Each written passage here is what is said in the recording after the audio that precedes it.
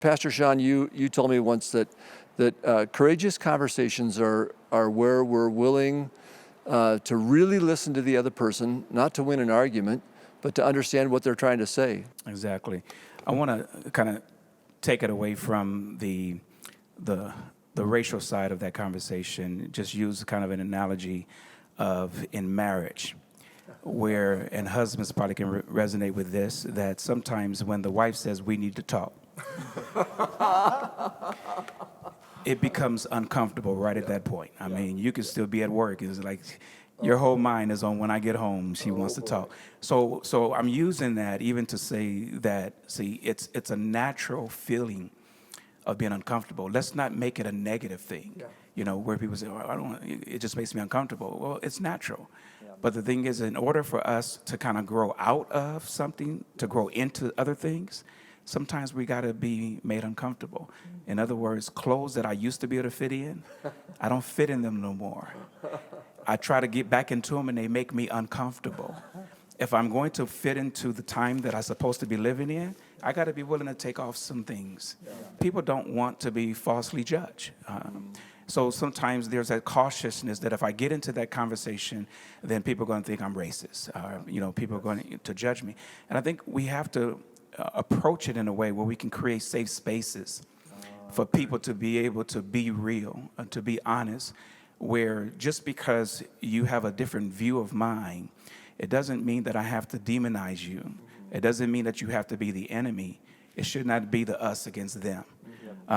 In the diversity of how God created us, I think it's important that we celebrate that diversity even in different perspectives, not just in ethnicity. That I can celebrate the fact that you have a different view, and therefore we can learn from one another. But that's why I think it's called courageous conversation, because it's having the courage to be able to step in spaces that I already know, again, is going to make me uncomfortable. But my courage is saying that it's needful in order, again, for us to move forward. And I want to just add to what Pastor Joe mentioned earlier, is because I've been really sharing with a lot of groups right now that beyond the courage of conversation is the courage to listen, because we tend to listen, again, to prepare a response. Yes.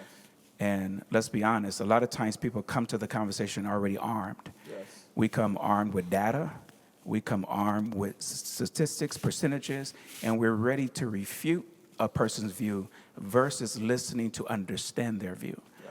And I think we need to kind of set environments where people can not just have the courageous conversation, but can you get to a place where you're ready to have courageous listening?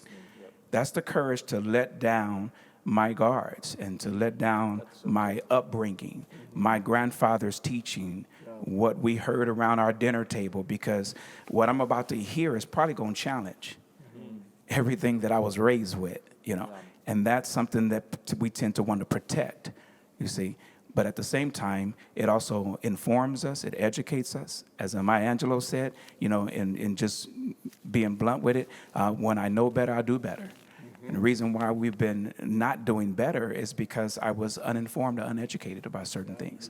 The education helps me now to be able to now behave differently. That's why we have to have these conversations. Michael, how about you?